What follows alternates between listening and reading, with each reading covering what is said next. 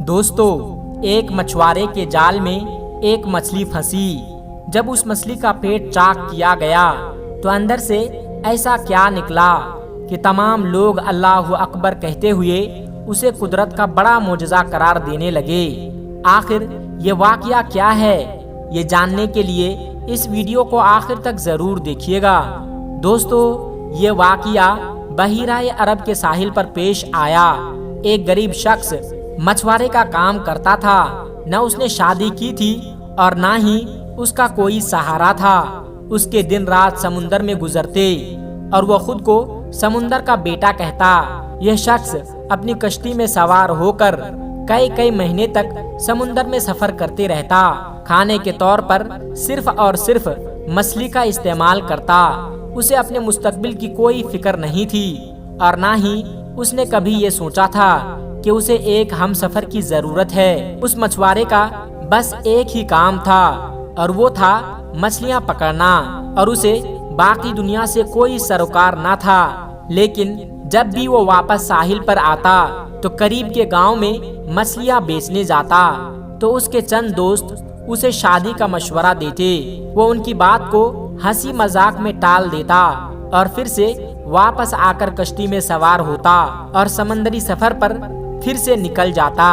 ایک بار جب وہ بازار میں مچھلیاں بیچ کر جب واپس ساحل کی طرف آیا تو اس نے دیکھا کہ ایک جوان لڑکی اس کی کشتی کے قریب بے ہوش پڑی ہوئی ہے۔ دکھنے میں یہ لڑکی بے حد حسین تھی۔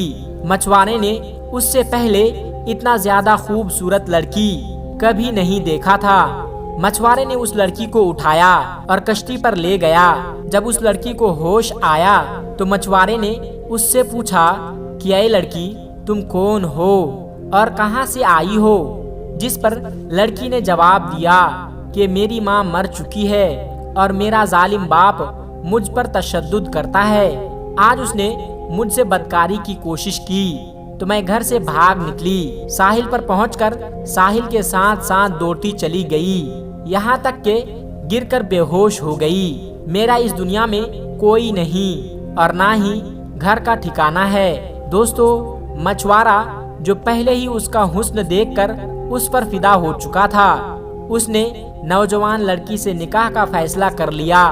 لڑکی بھی رضامند ہو گئی اور پھر مچھوارے نے اس سمندر کی زندگی اور اس کی سختیوں سے آگاہ کرتے ہوئے کہا کہ میری کہانی بھی تمہاری جیسی ہی ہے۔ میرے باپ کے مرنے کے بعد میری ماں نے مجھے چھوڑ دیا تھا اور میں نے زندگی میں صرف غم ہی دیکھے ہیں۔ اگر تم مجھ سے نکاح کرو تو تمہیں کشتی پر ہی زندگی گزارنی ہوگی، سمندر ہی ہمارا گھر ہوگا اور مچھلیاں ہی ہمارا خوراک ہوگی۔ میں تم سے بہت پیار کرتا ہوں، لیکن میری ایک شرط ہے کہ مجھے اولاد نہیں چاہیے۔ وہ خوبصورت لڑکی پہلے تو حیران ہوئی، پھر اس مچھوارے کی بات مان لی اور نکاح ہو گیا۔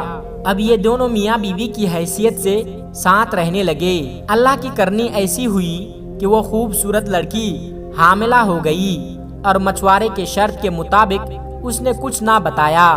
جب کچھ وقت گزرا تو مچھوارے کو بھی معلوم ہو گیا، جس پر وہ اپنی بیوی سے جھگڑنے لگا، مگر اب کچھ نہیں ہو سکتا تھا۔ 9 ماہ بعد اس لڑکی نے ایک خوبصورت سی بچی کو جنم دیا تو مچھوارا اپنی چھوٹی بیٹی کو دیکھ کر حیران رہ گیا۔ وہ بالکل اپنی ماں کی طرح بہت ہی زیادہ خوبصورت تھی، نیلی آنکھیں اور چوڑا ماتھا۔ اس کی شکل مچھوارے کے دل پر نقش ہو گیا، لیکن غربت کے ڈر سے مچھوارا اس لڑکی کی پرورش کرنے سے عاری تھا۔ اس نے ایک رات موقع پا کر اپنی پھول سی بیٹی کو سمندر میں پھینک دیا کہ وہ مچھلیوں کی خوراک بن جائے۔ اگلی صبح جب بیوی کو اس بات کا علم ہوا تو وہ بہت خفا ہوئی۔ اس نے مچھوارے سے بات کرنا چھوڑ دیا۔ وہ ہر دم گم شم رہنے لگی اور اللہ سے التجا کرتی کہ اے رب، میری بچی کی حفاظت فرما۔ دوستو، دوسری جانب مچھوارے کے جال میں مچھلیاں آنا بند ہو گیا۔ وہ سارا دن جال لگا کر بیٹھا رہتا، مگر کوئی مچھلی جال میں نہ آتی۔ مچھوارا اس عجیب صورتحال سے پریشان ہو گیا۔ کیونکہ وہ سمندر کے چپے چپے سے واقف تھا اور اس کی زندگی مچھلی مارنے میں ہی گزر گئی تھی۔ مچھلیوں کے بغیر 4 دن کا عرصہ بیت گیا۔ فاقوں کی وجہ سے مچھوارا اور اس کی بیوی کی حالت خراب ہو چکی تھی۔ مچھوارے نے تمام ہمت جمع کی اور اللہ کا نام لے کر جال سمندر میں پھینکا۔ اس بار ایک بہت بڑی مچھلی جال میں پھنس گئی۔ مچھوارا بہت خوش ہوا، مگر اس کی بیوی گم شم بیٹھی ہوئی تھی۔ اسے نہ کھانے کا ہوش تھا اور نہ پینے کا۔ بہرحال مچھوارا مچھلی کو کشتی میں کھینچا اور جلدی اس کا پیٹ چاک کیا تاکہ گوشت بنایا جا سکے۔ لیکن جیسے ہی مچھلی کا پیٹ چاک ہوا تو اندر سے وہی بچی نکلی جسے مچھوارے نے سمندر میں پھینکا تھا۔ بچی کو دیکھتے ہی مچھوارے نے اسے پہچان لیا۔ قدرت کا معجزہ دیکھیں کہ بچی زندہ تھی۔ مچھوارے نے جب یہ دیکھا تو سجدے میں گر گیا اور رونے لگا کہ اے اللہ، مجھ سے بھول ہو گئی تھی۔ تو ہی سب کا پالنے والا ہے، تو ہر جاندار کو رزق دینے والا ہے۔ تو نے میری بچی کا رزق بھی لکھ کر اس دنیا میں بھیجا ہے، اس کی پرورش کروں گا۔ اے اللہ، میری مدد فرما۔ مچھلی کے پیٹ سے بچی کو نکلتا دیکھ کر اس کی بیوی بھی خوش ہو گئی اور اس نے بھی سجدہ شکر ادا کیا۔ سبحان اللہ۔ دوستو، جانکاری کے لیے آپ کو بتاتے چلیں کہ سائنس نے اس سوال کا جواب دے دیا ہے کہ اسلام کے مطابق وہ ایک مچھلی کو ذبح نہیں کیا جاتا تو وہ حلال کیسے ہو جاتی ہے۔ اللہ تبارک و تعالی نے دنیا کی ہر چیز بہترین انداز میں تخلیق کی ہے اور ایک نظام قائم کیا ہے، اور ایسا ہی معاملہ مچھلی کے ساتھ بھی ہے، جو جیسے ہی پانی سے باہر آتی ہے تو اس کے جسم میں موجود تمام خون فوراً اپنا راستہ بدل لیتا ہے اور مچھلی کے منہ میں ایپیکولوٹس جمع ہونا شروع ہو جاتا ہے۔ مچھلی کے پانی سے نکلنے کے کچھ وقت بعد ہی اس کے جسم میں موجود خون کا ایک ایک قطرہ ایپیکولوٹس میں جمع ہونا شروع ہو جاتا ہے اور اس کا گوشت خالص اور حلال رہتا ہے۔ یہی وجہ ہے کہ مچھلی کو ذبح کرنے کی ضرورت نہیں رہتی، اور جس دوران مچھلی کا گوشت بنایا جاتا ہے تو ایپیکولوٹس کو بھی نکال دیا جاتا ہے۔ صرف یہی نہیں، بلکہ سائنس نے اسلام کے حلال کھانے کے حکم کے پیچھے ایک پوشیدہ حقیقت کو بھی آشکار کیا ہے، جس کی وجہ سے غیر مسلم بھی حیران رہ گئے۔ کیونکہ جب کسی جانور کو ذبح کیا جاتا ہے تو اس کے دل اور دماغ کا رابطہ ختم ہو جاتا ہے، اور دل جانور کی وردوں اور شریانوں میں موجود تمام خون کے باہر نکلنے تک دھڑکتا رہتا ہے، اور اس طرح اس کا گوشت خون سے پاک اور حلال ہو جاتا ہے۔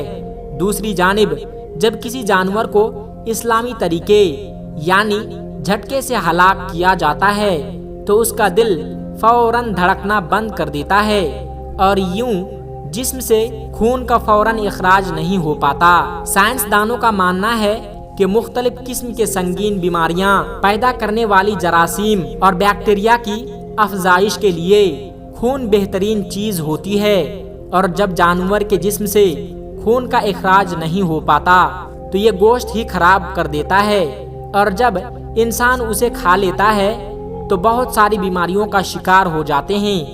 دوستو، بنی اسرائیل کو اللہ تبارک و تعالی نے ہفتے کے دن مچھلی کھانے سے منع فرمایا تھا، اور یہ اس قوم کی آزمائش تھی، لیکن جب وہ اس آزمائش میں ناکام ہو گئے اور اللہ تبارک و تعالی کے حکم کو پشے پشت ڈال دیا تو اللہ تبارک و تعالی نے اس کو بندر اور خنزیر بنا دیا۔